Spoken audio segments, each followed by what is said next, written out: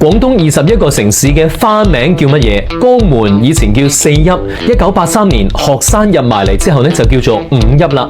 佛山啊，因為唐代挖地嗰陣挖出咗三尊佛像，咁佛教所有事物統稱叫做禪，所以叫做禪城。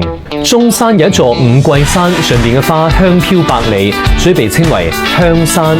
珠海有146個島嶼，係中國島嶼最多嘅城市之一，被稱為百島之市。肇慶因為有一條端溪，所以叫端州，佢產嘅端硯好出名㗎。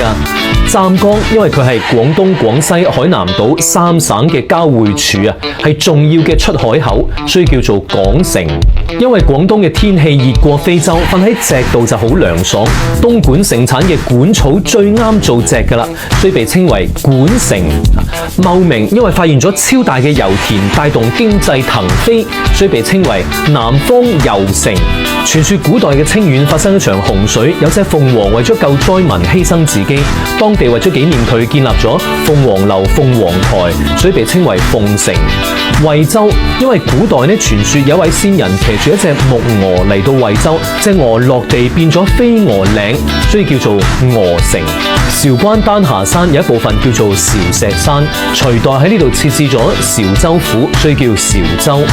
雲浮最多大理石㗎啦，明代開始呢度就做石材加工生意，所以叫做石城。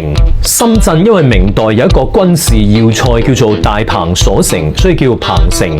陽江因為當地有一座山好似鱷魚喎，鱷魚古代叫做駝，所以呢座山叫駝山，陽江叫做駝城。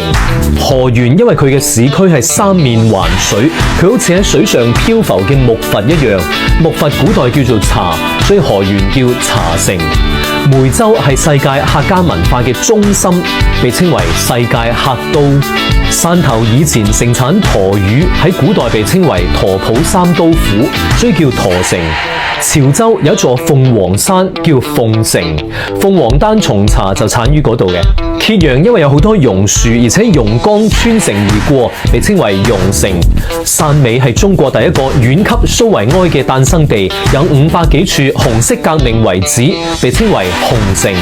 廣州傳說有5位仙人騎5隻羊贈稻穗俾廣州人，5隻羊留喺度變咗石羊，所以廣州叫做羊城，又叫穗城。